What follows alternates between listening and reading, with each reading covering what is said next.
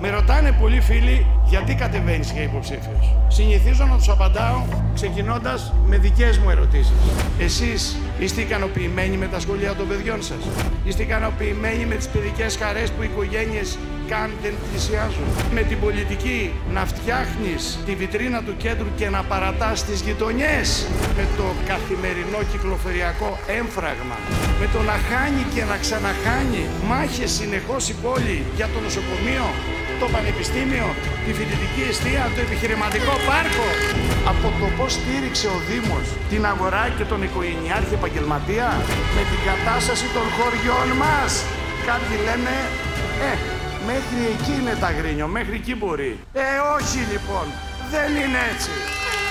Αυτός ο τόπος μπορεί.